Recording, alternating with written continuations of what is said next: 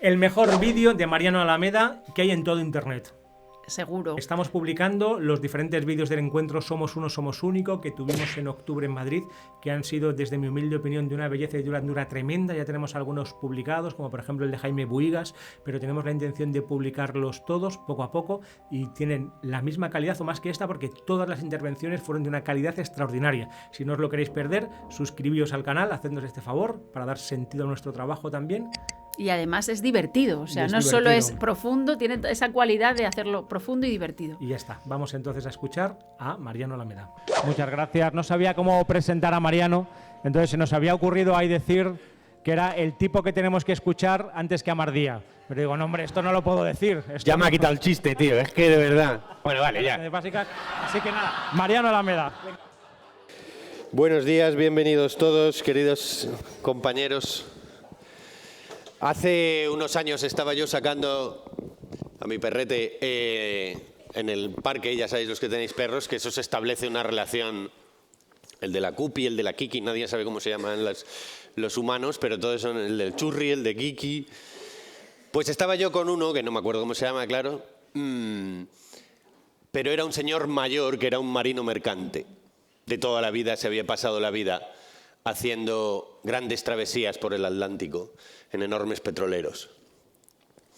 Y estábamos hablando de las cosas raras que tiene la vida y de los acontecimientos extraños. Y él dice, pues cierta noche de verano, dice que estábamos atravesando el Pacífico en un petrolero gigante. Estábamos un amigo y yo fumándonos un pitillo en la borda. Dice, el tiempo era raro, se notaba como una bruma extraña. Dice, y de repente se abre el mar y emergen dos esferas plateadas de varios metros de diámetro cada una de ellas, que se quedan con un zumbido volando delante del barco. Dice, y de repente hacen y desaparecen en el horizonte. Y digo yo, hostia. Digo, ¿y tú qué pensaste? Y dice él, pues yo pensé, pues será Navidad.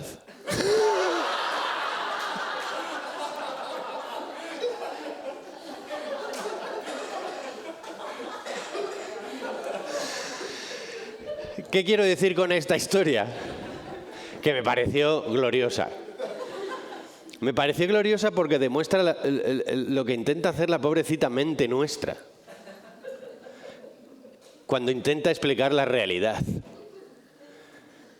Lo único que se le ocurrió fue decir, pues será Navidad. Claro, dos bolas de plata por del árbol, en pleno verano, en mitad del Pacífico, pues será Navidad.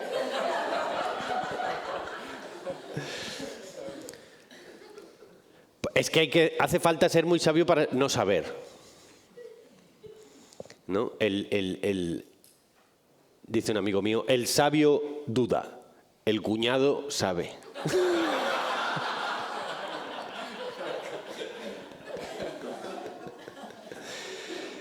La mente nuestra, esta charla se llama La historia que nos contamos, ¿no?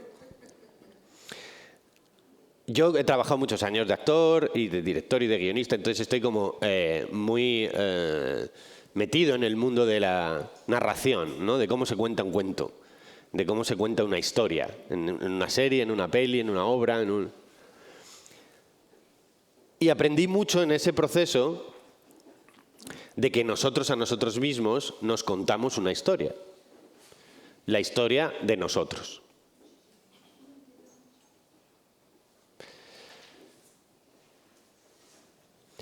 Me recordaba lo que él decía antes, que el universo tal y como lo percibimos en realidad no puede ser explicado, porque no tenemos un sistema nervioso ni una mente capaz de abarcar la infinita dimensión de datos que tiene el universo en sus infinitos, como explicaría ayer el rey de los números. Entonces, tenemos que considerar que ese universo inexplicable, ese logos no comprensible, es no accesible desde el punto de vista racional. Pero nosotros no podemos, como nosotros no podemos acceder a ese logos, nosotros vemos diferentes niveles de caos, ¿no? Por decirlo así. Y ese caos lo intentamos organizar con historias, lo intentamos organizar con explicaciones. A medida que va pasando la historia de la humanidad, las explicaciones van haciéndose cada vez más sofisticadas, cada vez más ajustadas a realidad. Pero eso tiene una ventaja y un inconveniente, y es que vamos perdiendo lo omniabarcante, vamos perdiendo lo mitológico, vamos perdiendo los sentidos simbólicos. Nos vamos quedando cada vez más en los sentidos concretos de una explicación que a veces es musiesa. Y no nos da, y le hace perder a la vida un punto de magia. Entonces, nosotros somos, a mí me gusta llamarlo el homo narrator, el mono que narra, ¿no? Porque probablemente en las cuevas, cuando estábamos ahí como simios, claro, llegábamos los cazadores y estaba la mujer, o lo que fuera en ese tiempo, y entonces te hacía, claro, como diciendo, ¿qué? Y tú pues la tendrías que contar qué ha pasado. Pero claro, si no se ha inventado el lenguaje, ¿cómo te voy a contar? Y entonces probablemente harían una representación, darían, pues iba yo para allá, ¿sabes? Y ¿sabes? Y ella, no me entero, y ya coge, coño, y lo pinta.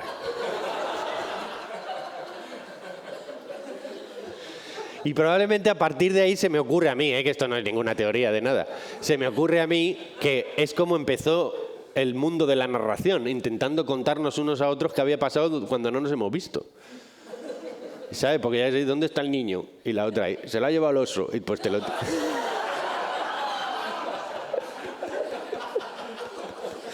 pues te lo tienen que contar, ¿no? Lo que pasa es que el homo narrator luego a la vez es el homo mentirosus. Porque nosotros mismos nos engañamos todo el rato, incluso socialmente. Por ejemplo, ¿qué fue de lo de tener que hacer la digestión? ¿No? En nuestra generación, eso era el éxodo del Sinaí. 2 horas y pico, 8 años. No te puedes mojar ni el pie. Ay. Con lo largo que es el tiempo de pequeño. Eso desapareció. Nadie se dio cuenta cómo, pero ahora los niños hacen... y al agua, ¿no? O como las arenas movedizas, tío. Las arenas movedizas han desaparecido de las películas. ¿No os acordáis que las arenas movedizas... El héroe siempre estaba a punto de morir en una arena movediza? ¿Eso qué ha pasado? Son los mitos de su tiempo. Bueno, vale, va, que me enrollo. Lo que quiero decir es que, como dice Mardía, que ahora vendrá, una buena historia es capaz de curar y una mala historia es capaz de enfermar. Entonces, una mala interpretación de nosotros mismos, una mala interpretación de la realidad, nos está amargando la vida. La cultura que nosotros tenemos se explica a través de las historias. Nosotros no somos nada sin las historias. Tú puedes hacer un recorrido de las historias que más te han marcado. De hecho, las religiones del libro... ¿Y de qué libro? Pues cada uno de su libro. Mi libro mola más. El mío, la historia del mío mola más que la historia del tuyo. Sí, y luego podemos hacer infinitas interpretaciones de lo que dice el libro. Porque el libro dice tantas cosas, pues no, el libro... Que cada uno se agarra a lo que le interesa, claro. Bueno, esta parte me la voy a saltar, que es un poco... Un correcto relato restaura el orden de las cosas. Un correcto relato restaura el orden de las cosas. Porque nos explica lo que pasa... aunque sea simbólicamente, porque nos aporta lo que nos falta, porque nos puede aportar lo que nos falta en la vida, un relato. Alguien puede vivir la alegría a través de una película que le pone alegre. Alguien puede vivir un romance a través de una obra que le despierta el romance. No tiene por qué experimentarlo en sí mismo. Las historias están para que nosotros podamos todos tener 1000 vidas, ¿no? Lo bueno de ser actor es que experimentas infinitas vidas en tu propia vida, ¿no? O te puede inspirar. Yo me acuerdo del día que vi de pequeño los Goonies. Yo dije, ¿soy un soso? ¿A que sí? Una depresión, una semana de depresión. Mi vida es una mierda. Yo quiero vivir la aventura de los Goonies. Y eso me inspiró. Y siempre cuento que mi vida dio un antes y un después dependiendo de 2 historias. La primera fue los Reyes Magos. Los Reyes Magos. Los había visto en la tele. Me habían llevado a verlos. Mi profe me había dicho que existían.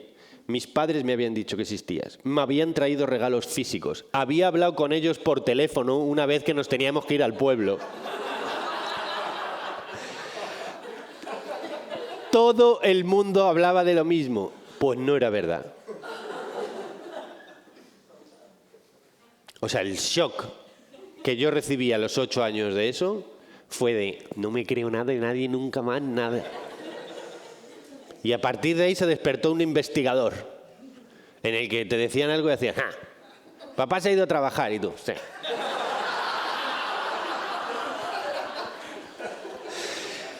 Entonces, claro, al hacerme un descreído de la vida, ¿no? Pues era todo menos alguien que tenía fe. O sea, yo todo el rato analizaba que todo podía ser de otra manera, ¿no? Pero estuve deprimido durante 8, 9, 10, 11, 4 años. Porque había perdido la magia. El mundo me parecía una cosa gris. Me había comido la materia. Y de repente apareció El Señor de los Anillos, que me llevó a un mundo distinto, una mitología diferente, un mundo lleno de fantasía y tal, que en ningún momento dijo que era verdad. Yo sabía que Gandalf no existía, pero ya no me importaba. Y a partir de ahí me hice un lector compulsivo, empecé a meterme en historias y todo, una cosa trajo a la otra, empecé a estudiar comunicación audiovisual, quiero ser director de cine, guionista, tal, me fue muy bien como actor, chimpón, y aquí estoy. Una buena historia que se ajuste al Zeitgeist, como dicen los alemanes, al espíritu del tiempo, cura. Me decía Sancho Gracia una vez. Le digo, ¿cuál fue el éxito de Curro Jiménez? Y me dice que hablaba del espíritu de los españoles de esa época. Dice, me he pasado la vida intentando generar producciones capaces de pillar el espíritu del tiempo. Porque cuando una producción pilla el espíritu del tiempo, te revienta por dentro, te evoluciona, te inspira, te eleva, ¿no? El Club de los Poetas Muertos, en mis 18 años. Porque estaba en eso, te habla de ti. Entonces, cuando las historias verdaderas, las historias que perduran, te hablan de ti. Te hablan de ti mucho mejor de lo que tú te hablas a ti. Y de ti, que generalmente lo que tú te dices de ti mismo no suele ser muy bonito. Entonces, las naciones se han fundado sobre historias, las religiones se han fundado sobre historias, las familias se han fundado sobre historias. Nosotros venimos aquí a que nos cuenten historias, leemos libros que nos cuenten historias, vemos el telediario para que nos cuenten historias, pretendiendo que sean verdad, abrimos Twitter para que nos cuenten historias, nos vamos con los amigos a una terraza para que nos cuenten su historia, vemos películas, vemos mitos, vemos programas de televisión, vemos reality para que nos cuenten historias, todo es historias y nosotros a nosotros mismos estamos todo el rato contándonos historias. La mente no calla, la jodía. Siempre está contando historias. Entonces, la vida es un sueño que nosotros nos relatamos. La vida es un sueño que no tiene en principio una voz que te diga, no sé qué, sino que esa voz la pones tú, se supone, ¿no? Para mí, luego lo diré, fue un enorme descubrimiento descubrir que esa voz no era yo.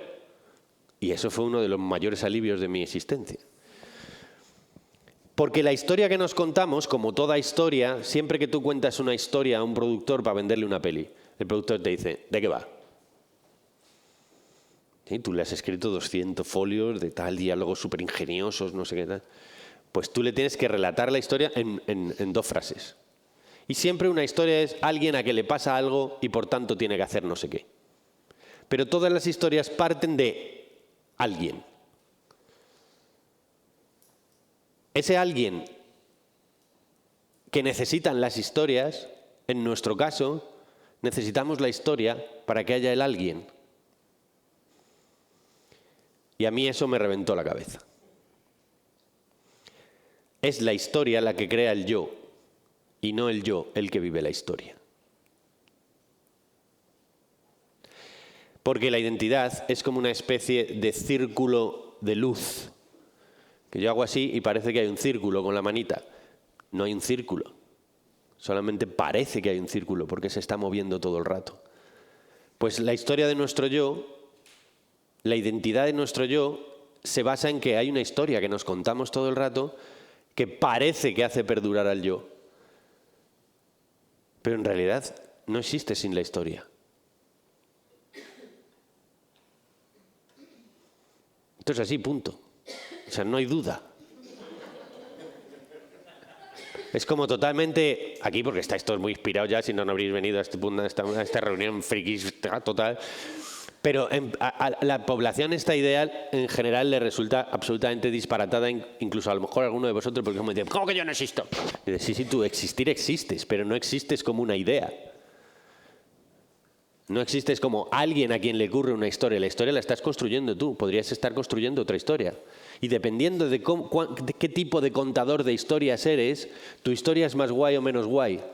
Tu yo es más guay o menos guay. Te quieres más a ti o menos a ti y amas más al mundo o menos.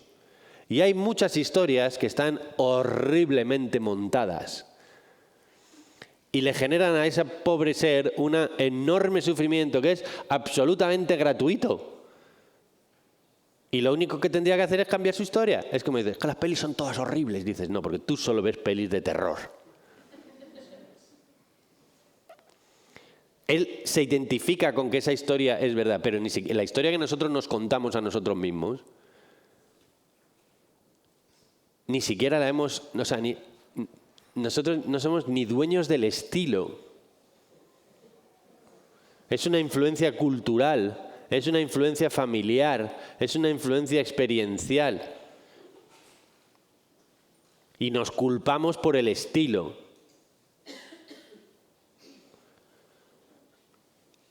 Una buena historia, o sea, el árbol del karma es intentar entender, a base de 100 preguntas, 100 preguntas. Y entonces la persona te hace 100 preguntas. Entonces yo de ahí deduzco su historia, pero si le digo, cuéntame tu historia, no va a decirme tu historia, va a contarme otra cosa. O va a contarme lo que él cree que es su historia, que en realidad no es su historia, porque hay historias inconscientes que él no conoce. Bueno, total, un lío. Pero vamos, que se ve en el árbol cuál es su historia, lo que él cree que es su historia. Y tú le das una historia mejor, una historia más ajustada a realidad de la que él se cuenta. Y de repente, solo con eso, la cosa cura. Porque una buena historia que se ajuste a realidad funciona mejor que una mala historia. Y nosotros nos creemos que la historia que nos contamos es verdad. Es verdad como puedo pensar que la Tierra es plana, que en un nivel es verdad. Digo, mira, plano, para allá, plano. Y para allá, plano. Dice, ¿esto es verdad? Dice, plano. Está clarísimo, plano. Pones el nivel de la obra y ves, esto está plano. Es verdad, pero si tú te vas andando para allá y sigue y sigue y sigue y sigue y tú estás allí mirando a alguien que se ha ido para allá, para allá, para allá, para allá y de repente te hacen. ¿Qué ha pasado? Pues que no tienes la historia que te explique lo que pasa. Porque te tienen que decir, no era plano, es que es redondo. Y tú dices, anda coño, ahora cuadra todo. Yo me acuerdo el día que yo pensaba que el sol bajaba en una puesta de sol. Hasta que un día, viendo una puesta de sol, que ha sido un deporte que yo he practicado mucho, de repente me di cuenta que no era así, que es que nosotros vamos para atrás.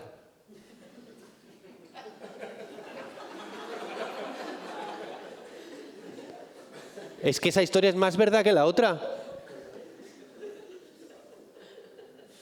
¿Os dais cuenta? Es la hostia. Tú te has visto toda la vida que tú estás quieto y que el sol baja. Y dices, no. El sol está quieto y tú vas para atrás. en el bolón en el que te has subido. Bueno, pues esa sensación me hizo entender de repente corporalmente la relación de las esferas.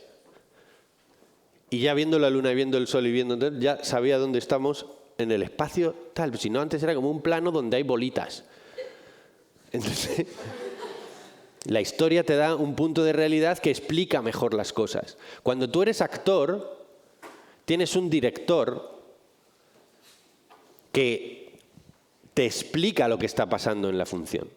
Además, tienes un texto que te dice lo que va a pasar en la función, donde está todo explicado.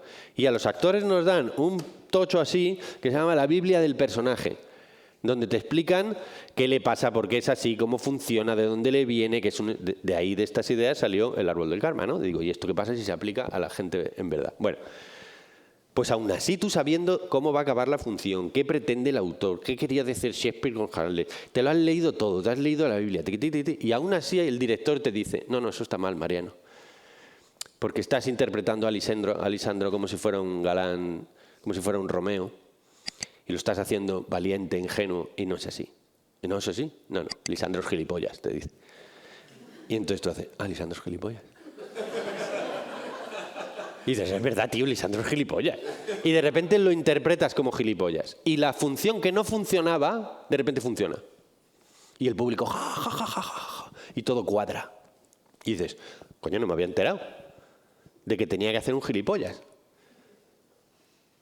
Porque yo quería ser Romeo y ser guay. ¿Entendéis? Pues a nosotros nos interpretamos así. Muchas veces queremos ser Romeo y ser guay y en realidad solo tenemos que hacer al gilipollas. Es como hablar en público, ¿no? Es que quiero quedar bien, pero ¿por qué quieres quedar bien? Si es mucho mejor quedar mal. Tú sales ahí, haces el gilipollas y ya está. Y si a ti no te importa, a los demás, ¿qué más le das? Y a ellos, si te pasa algo malo, es lo más interesante que les ha pasado el último mes. ¿Sabes? No le importas un carajo a nadie, tío. Están todos pensando en sí mismos, ¿sabes? Bueno, nosotros somos niños espontáneos y naturales hasta que empezamos a montarnos el relato de quién somos y de por qué somos así. A partir de ahí empezamos a fingir a nosotros mismos, a fingir a los demás. Ya se lía la de Dios es Cristo. Bueno, por tanto, el yo es un imaginario narrativo que necesita el relato para existir. Pues nosotros, tristemente, nos creemos que somos una idea. Y no nos damos cuenta, por ejemplo, de que uno debe abandonar la posibilidad de tener el control de esa idea sobre las mentes de otros. ¿Entiendes? Es como decir, todos estamos indefensos en la mente de los demás. Es absurdo intentar luchar por controlar eso. En nada pierdes el tiempo. ¿Entendéis? Es más, no hay nada que le guste más a la gente que no te importe. Lo más atractivo que hay es que no te importe un carajo lo que piensen. No que quieras que piensen mal, no. Sino que no quieras que no necesites que te quieran. Si te quieren, guay. Y te alegras por ellos, sobre todo. Pero si no te quieren, lo sientes por ellos, claro. ¿No? Como decía el Buda, quien me insulta, solo veo a alguien que se quema las manos arrojando ascuas. Aquí no hay perchero donde colgar la mierda. No, bueno, no lo decía así, pero la idea era esa, más o menos. Entonces, claro, nosotros equivocamos la sensación experiencial de quiénes somos. ¿Ese reloj va bien? ¿Es la 1:30? Ah. Nosotros equivocamos la sensación experiencial de lo que es con lo que nosotros creemos que somos. Y yo no lo había entendido muy bien hasta que no oí a un libro de Nisargadatta Maharaj, que era un maestro súper vedantín, así muy una cara de mala hostia que tenía, pero debía de ser súper iluminado, porque decía cosas como esta. Le dice uno, maestro, ¿y usted cómo sabe las respuestas a todas las preguntas que le hacemos? Y él dice, no, yo no sé nada.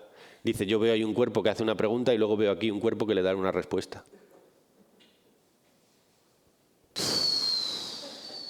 Hay que estar muy bien colocado para dar esa respuesta. Él en su identidad no se identificaba con ninguno de las tal, con este. No es yo soy este y estos de allí no son yo. ¿Veis esto? Y por tanto mi historia es que yo... Y ya me voy montando yo mi historia y voy por el mundo intentando que me confirmen mi historia. y que me la mejoren. Y que me digan que soy muy guay para colgarle etiquetas al yo este que no existe. Pues un agujero negro, yo le cuelgo cosas intentando que exista, con una historia que me cuento a mí mismo. ¿Qué es una crisis terapéutica? Una crisis terapéutica es cuando la historia que yo me cuento a mí mismo ya no la puedo mantener. Soy una arquitecta argentina de éxito que vive en las altas esferas de la sociedad. Me enamoro de Paco el obrero, que vive en Parla, y me vengo a vivir a España, donde las vecinas ni son cultas, ni son majas, ni son tal, me putean indescriptiblemente, y yo no puedo mantener mi idea de una mujer de alta clase que se relaciona en las altas esferas mientras tiene dinero. No, porque Paco me empieza a tratar mal. Y ella no puede transformar su idea de, bueno, pues soy una Mari maltratada de Parla. ¿Veis?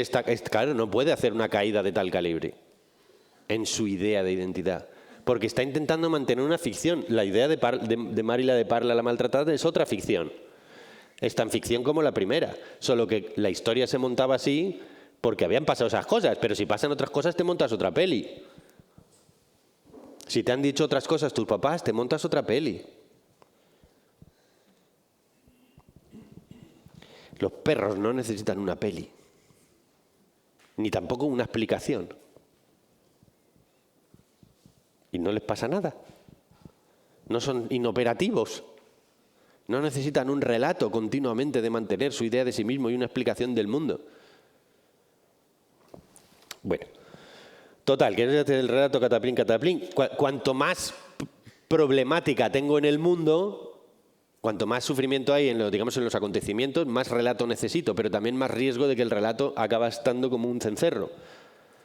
Porque cuando algo se repite continuamente, los relatos muy repetitivos de los cuales no podemos liberarnos, se repiten continuamente porque la realidad no los respalda. ¿Veis esto?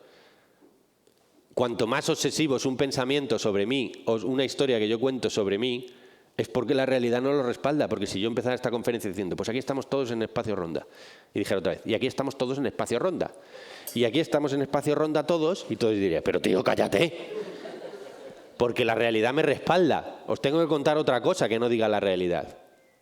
¿Veis la movida? Pues en nuestras vidas estamos continuamente haciendo repeticiones de la idea de nosotros que la realidad no nos respalda, y en vez de liberarnos de ella, decir, cállate un poco, déjame en paz.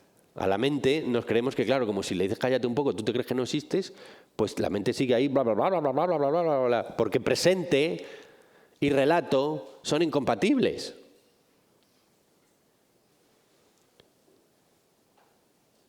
Presente y relato son incompatibles. Cuando yo estaba en el monasterio Zen de Japón, que me fui creyendo que ese iba a ser el pequeño saltamontes, me fui a vivir a un monasterio Zen en Kioto con mi mochila. Yo ya era maestro de meditación. No duré una semana.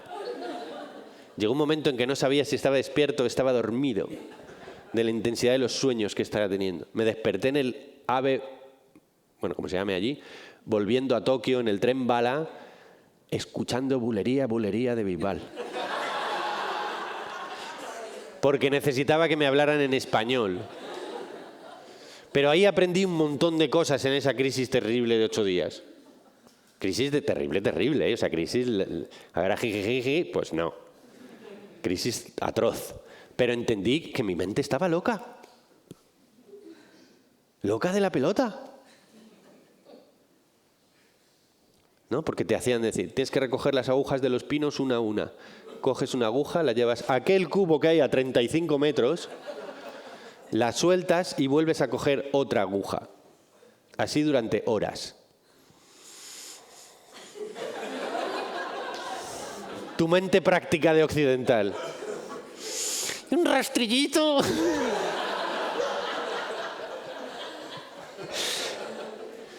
Entonces, claro, ¿para qué hacen estas cosas? Para que te des cuenta de que la mente está montando una historia delirante continuamente, que cuando le hacen hacer un comportamiento absurdo o paradójico, es cuando ves de verdad el horror, ¿no? Es como, no, tienes tiempo libre. Y digo, vale, ¿qué puedo hacer? Nada. Te dice el Roshi, tienes que quedarte mirando el jardín. pero me puedo tumbar a dormir. Yo decía, no. Pues puedo pensar en mis cosas. Pues ya últimamente yo no meditaba, yo pensaba en mis cosas por llevar la contraria.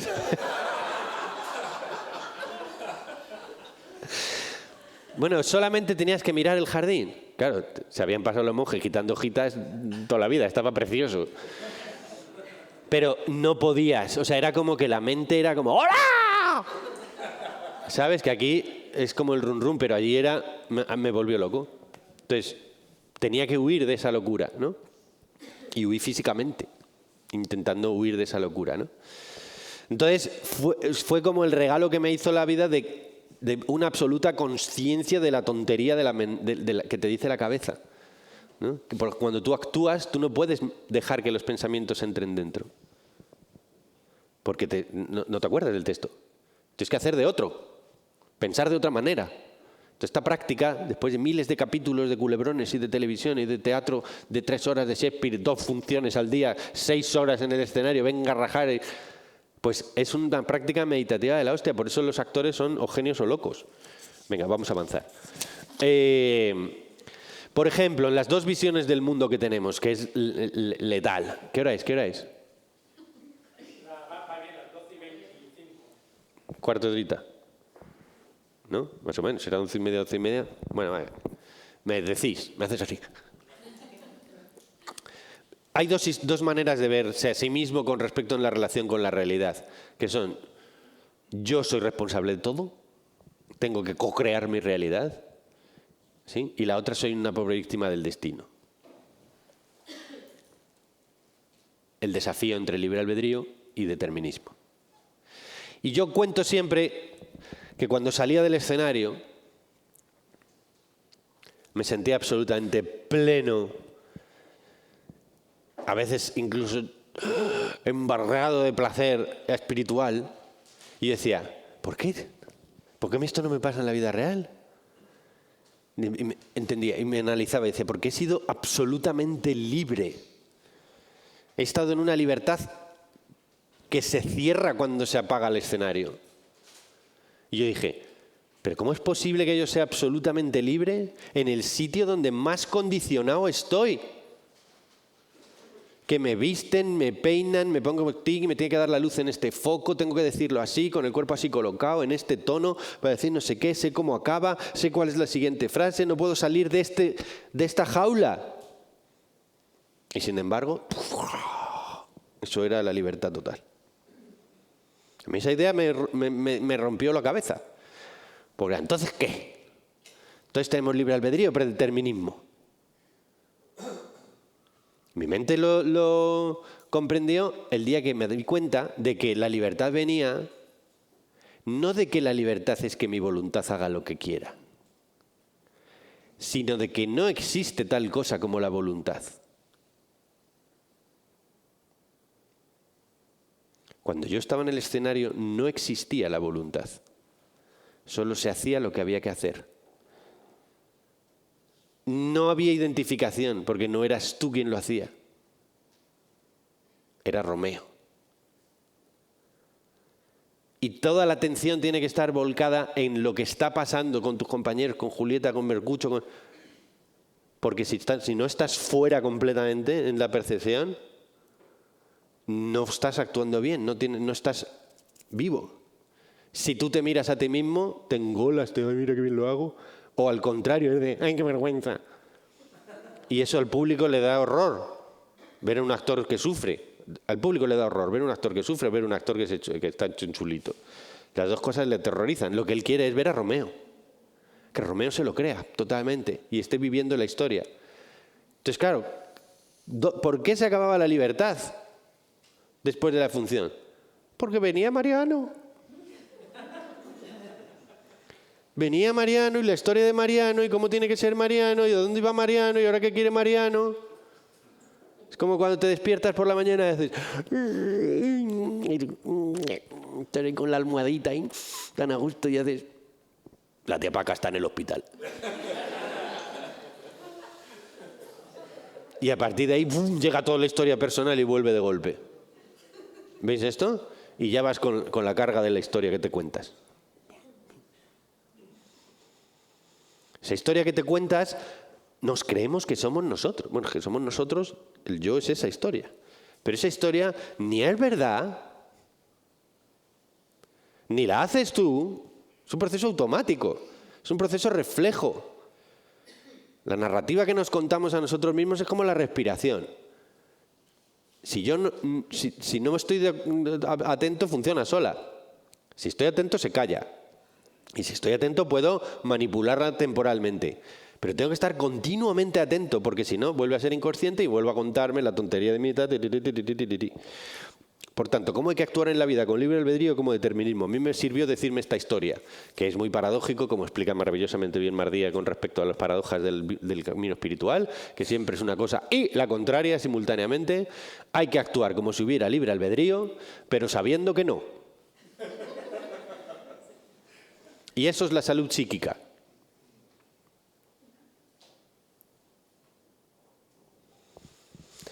Me ha encantado lo de autoridad viene, no me había dado cuenta, autoridad viene de autoritas, de autor. O sea, me ha pasado toda la vida, yo soy entrenador de baloncesto un montón de años y director de teatro y también. Entonces, claro, que haya disciplina, que la gente te escuche.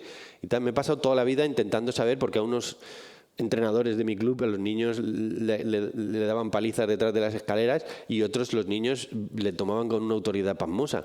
Claro, porque la autoridad es la autoritas. O sea, me he dado cuenta hoy. O sea, analicé todo, los tonos de voz, los castigos, no sé cuánto, la bondad interna. No, es porque cuando tú tienes una idea clara, tienes autoridad, porque eres el autor. Por eso los directores de teatro, que no son autores, siempre te dicen, el mejor autor de una obra, el autor muerto. Porque no mete baza. Porque tiene autoritas. El autor dice, no, es que yo no escribí eso. ¿No? Pues tú crees que tú tienes autoritas sobre tu propia historia, pero también esto tendríamos que planteárnoslo, si la tenemos o no. Bueno, ahora iba a hacer una charla sobre el mundo actual y sobre cómo se ha desquiciado la historia. En resumen, os lo voy a explicar, podría deciros lo documentado que está, pero básicamente estamos muy zumbados porque las historias se han desquiciado. Antes tú tenías una historia que dice, pues tienes que ser así, patriarcal cristiano de los chungos, de lo de la Inquisición, viva España, viva el rey. Y entonces tú dices, puede que esa historia esté equivocada, pero tú tenías algo sobre lo que apoyarte, podías no seguirlo. ¿Entiendes? Tú puedes decir, pues yo me rebelo. Entonces eres lo contrario de eso. Pero ahora no, ahora hay 200 historias, todas considerándose a sí mismas que son la de verdad, todas considerando que las otras historias son de mentira, que el que piensa como diferente a mí o está manipulado, hay tres versiones, o es malo, o está manipulado, o es tonto. ¿Sí? ¿Os dais cuenta? Dices que los de cualquiera, los palestinos, los catalanes, las tías, las feministas, los machorungos, los no sé cuántos, o son malos, o están equivocados, o les han manipulado. No le das la posibilidad al otro de que se cuente su historia.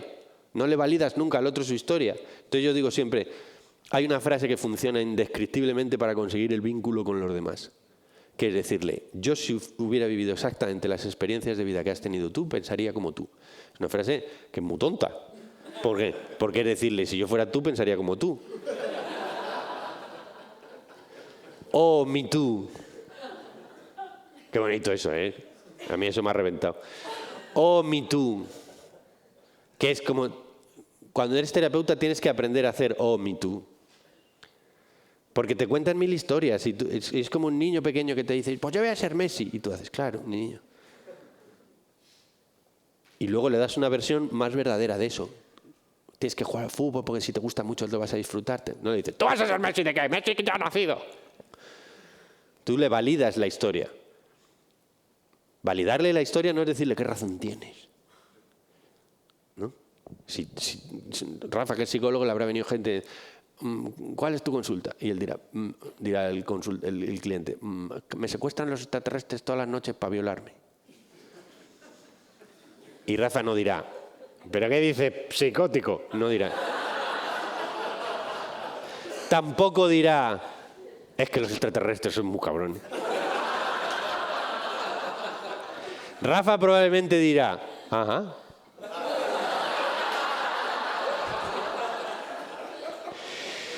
¿Y desde cuándo?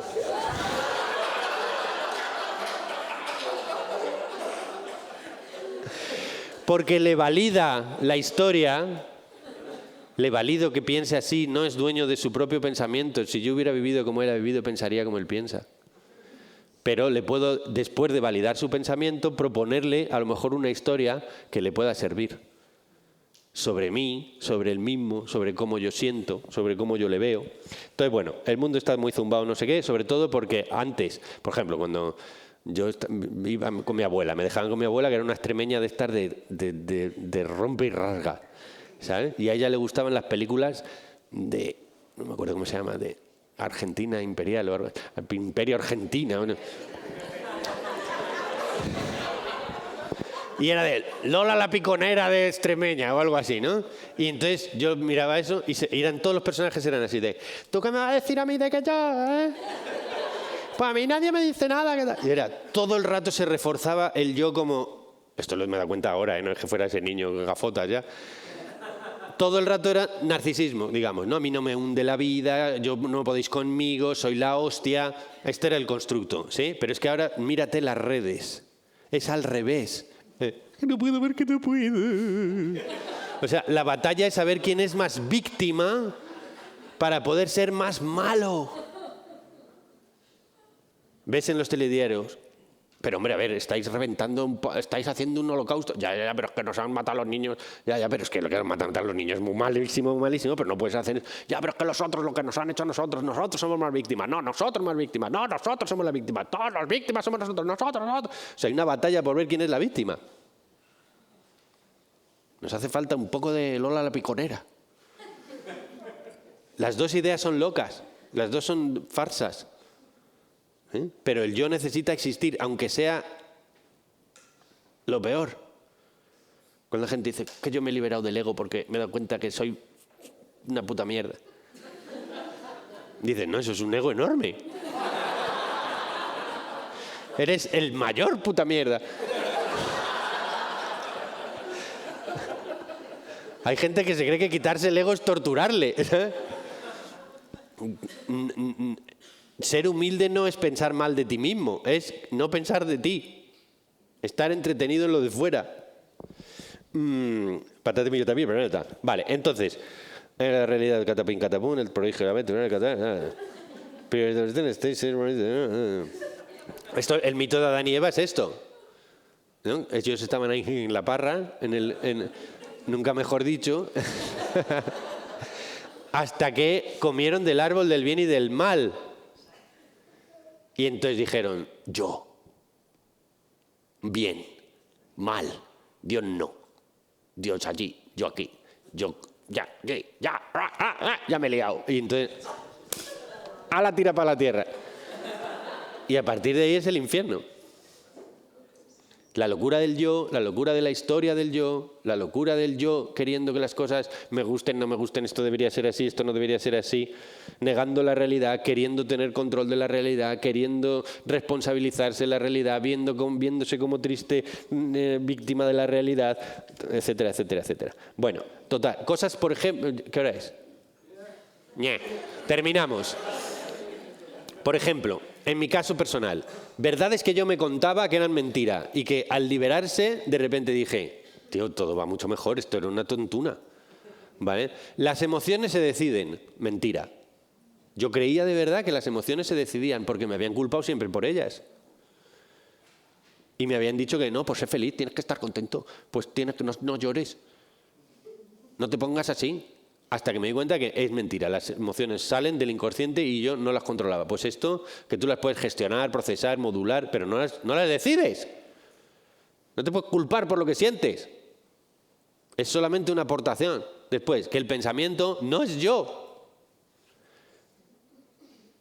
El que piensa no es yo. Yo cuando dice la mente, pues todos estos están aquí mirando, me creo que soy yo. No, esto es la voz de la cabeza. Que no es yo. Es la voz de la cabeza. Es un mecanismo que tiene el cerebro que habla y explica. Y hace, bueno, pues ya hemos cenado, dice.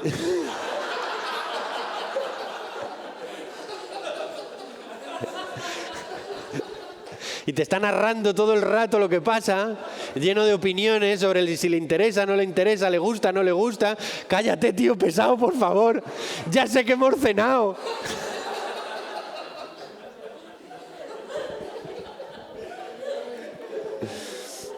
La otra era, si yo me porto bien, me pasarán cosas buenas. Esto no es verdad. Yo me porto bien por sentirme bien. Por puro egoísmo, como decía Teresa de Calcuta. Pero no para que me pasen cosas buenas. Eso es una visión infantil de que los padres te dicen, si te portas bien, te daremos no sé qué. Y entonces el niño extrapola esto a la realidad y dice, pero si he sido una buena persona, ¿por qué ahora me tiene que pasar esto? Y dice, pero a ver, que son dos cosas distintas. De hecho, cuando tú eres actor, yo en una serie que hacía, que era un culebrón de televisión española, que al principio yo siempre hacía el héroe buenecito y tal, hasta que empecé a hacer gilipollas y me fue mucho mejor. Pero el director me dijo una frase terrible después de 3 capítulos. Me dice, digo, es que este tío es más majo que las pesetas, le decía yo, ¿no? Del personaje. Y me dice, sí, ahora ya están todos enamorados de ti, ahora hay que hacerte sufrir. ¿Por qué? Porque claro, eso es como contratendencia. Por eso la gente se engancha. Es cuanto mejor es el personaje y más bueno y peor sufre, y más sufre, pues más dices, ¡ah! ¿Veis la movida? Bueno, pues esto es como si quieres ser vegetariano para que no te coman los tigres. No funciona así. La realidad no es premio castigo. ¿Vale? Y os lo digo yo que mi movida se llama el árbol del karma. De por qué te pasa lo que te pasa en base a lo que tú sueñas que eres. Inconscientemente. Bueno, creo que el pensamiento era yo total. Y por último, acabo con esto. Yo tenía separados en la narración 3 personajes o 3 entidades. La realidad física, la divinidad y el yo. Y creía que eran 3 cosas. Súper marcadas. El Dios es una entidad externa a la realidad que vive allí, que puede ser, llámalo X, el infinito, no sé qué, catapum,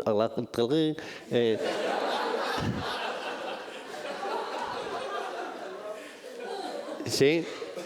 Llámalo como quieras. Hay historias de todo tipo súper sofisticadas con respecto a esto. Incluso no le puedes llamar, como en algunos sitios, no le puedes pintar, tal, que claro, tiene su sentido. Vale. Pero no está fuera. Y el yo no es el mundo de fuera y yo. El mundo de fuera, yo y la divinidad. Entonces, tres entidades. Para mí esta es la Sagrada Familia. O sea, para mí no, la Sagrada Familia no, la Trinidad. Gracias. ¿Qué pasó? Pues que por muchas historias aconteció que pues me di cuenta de que era mentira. Eso. De que yo, cuando hacía de personaje, ni era personaje, yo era personaje. A la vez era actor que hacía personaje. A la vez era función. A la vez era teatro. A la vez era arte. A la vez era autor. A la vez era todas las cosas a la vez. El Dios se hace materia, o la materia se hace divina. El yo es la materia. El yo es la experiencia, no la idea. El yo es la experiencia, con lo cual la experiencia, como es materia, pues es la materia. Esa misma materia que es Dios, que es yo, que es esto. Y esa verdad, que es una historia, como todas, no es la realidad, pero es una historia que explica la realidad muchísimo mejor que la de yo estoy aquí, el mundo está ahí y el Dios está allá, que es fuente de infinitos sufrimientos por la ausencia del Dios, la miseria del yo y la incomprensión de la realidad. Así que, si os aparecen 2 esferas plateadas en el mar, hay que decir, pues habrá que seguir viviendo. Y ya está.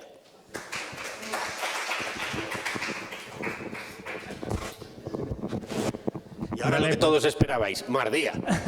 No, alguna pregunta, ¿no? ¿Algún comentario? Vale. Vamos a intentar ser breves porque estamos una vez más fuera de tiempo. Si alguien quiere hacer o decir algún comentario, como luego tenemos toda la tarde, también en la comida estamos con él, ¿no? ¿Te quedas a comer, Mariano? No, querido. No. Sí, adelante. Dale, compañera. Allí corre Rafa, al fondo.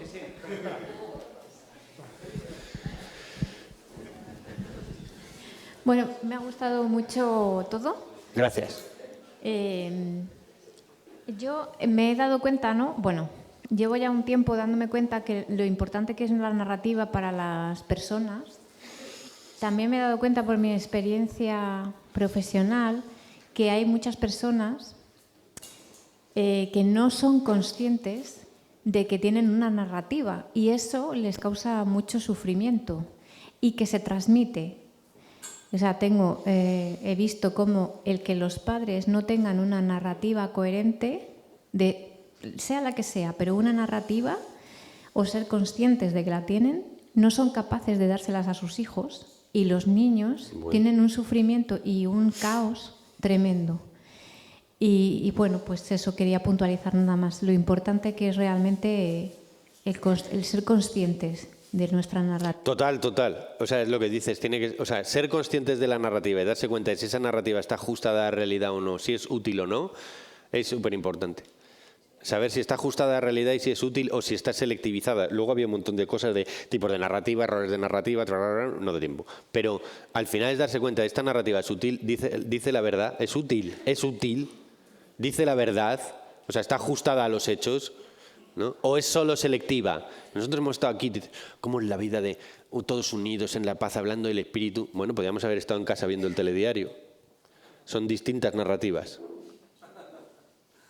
La otra narrativa es el mundo se va a la mierda, estamos más gilipollas que nunca. Aquí como hemos estado todos, pues es como, qué maravilla la vida y tal. Son narrativas.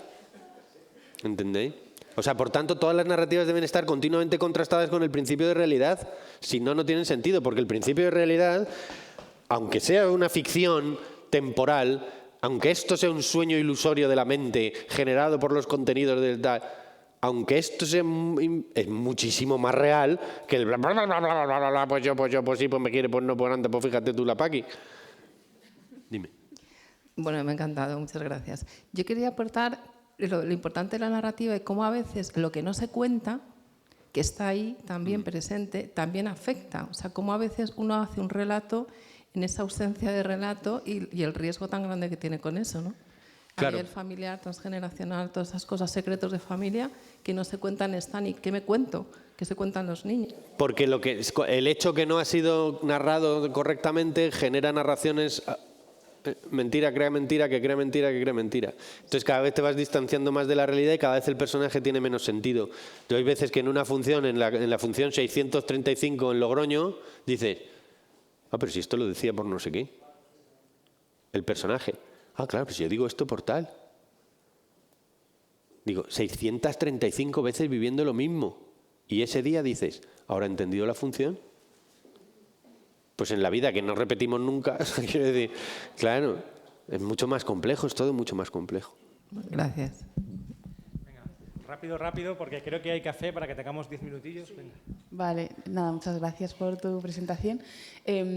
Bueno, lo que has contado yo, trayéndolo un poco a un espacio en el que estoy, que llevamos varios meses empezando a montar una red entre gente de diferentes países del mundo, cada uno de su padre y su madre, cada uno de una cultura, muy fácil el malentendido. De repente, una cosa en un momento dado me di cuenta de que no teníamos una narrativa de lo que habíamos vivido juntos, que había sido como un viaje organizado, digamos, por así simplificarlo.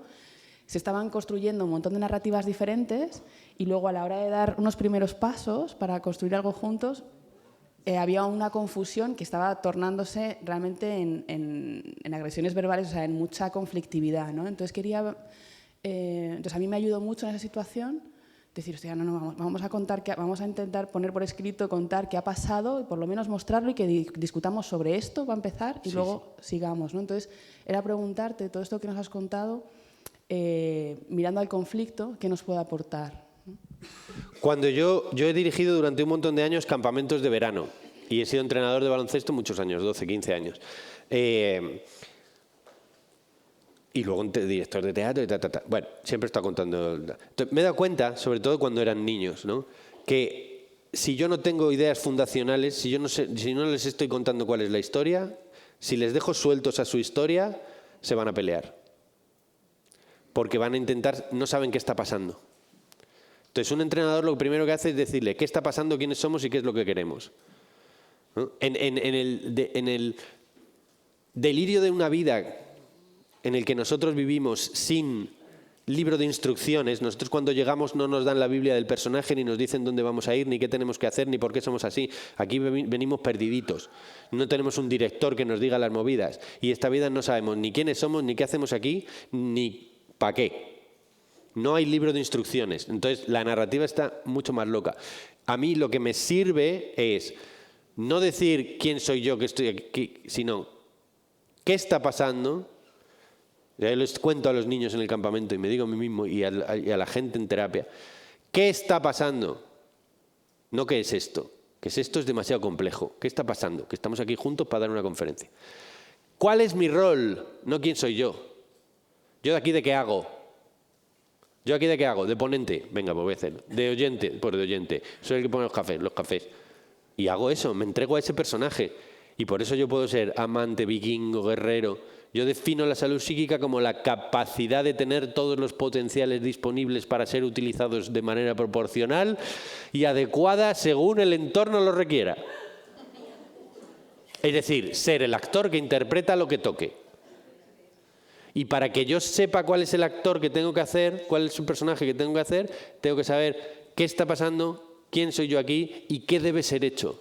No qué tengo yo que hacer, no qué quiero yo, no qué quieren esto. No, qué debería ser hecho en benevolencia y en sabiduría. ¿Qué debe ser hecho aquí? ¿Quién soy yo aquí? ¿Cuál es mi rol? Tal. Y entonces, con eso, si yo esa historia se la cuento a los niños, ¿qué estamos haciendo aquí? ¿Qué está pasando? ¿Quiénes son ellos? ¿Qué les toca hacer? ¿Y qué debe ser hecho? Pues entonces no hay conflicto. Por eso el problema de tu grupo, que erais todos de diferentes estructuras, identidad y narraciones, es que no tiene relato fundacional, como los países y las religiones. Necesitas un libro de quiénes somos nosotros, por qué, cuál es nuestro fundador y cuáles son nuestros objetivos. Luego ya os podéis pelear por las exactitudes de eso. Pero en principio, claro, si cada uno, es lo que se dice, cada uno es de su padre y de su madre, porque tienen relatos distintos. La última pregunta del chat, nos preguntan que si la obra se va a estrenar en algún otro lugar o fuera de España o cómo se podría ver. Eso no se sabe. A lo mejor un año de estos la ponen en internet o en la docuteca, pero de momento se hizo ya y ya no. Bueno, ya que está aquí también Francis, hay un libro que en coautoría entre Francis Marín, ilustrado y escrito por Mariano Alameda, que se llama Zen, las enseñanzas del perro Zen, que es más que recomendable. Yo creo que es de los libros más bellos, hondos y profundos que he tenido nunca en mis manos y lo recomiendo a todos. Las enseñanzas del perro Zen, de Mariano Alameda y de Francis Marín. Es muy bonito. Aquí, pues a la 1:05 como mucho empezamos, con Mardía. Gracias.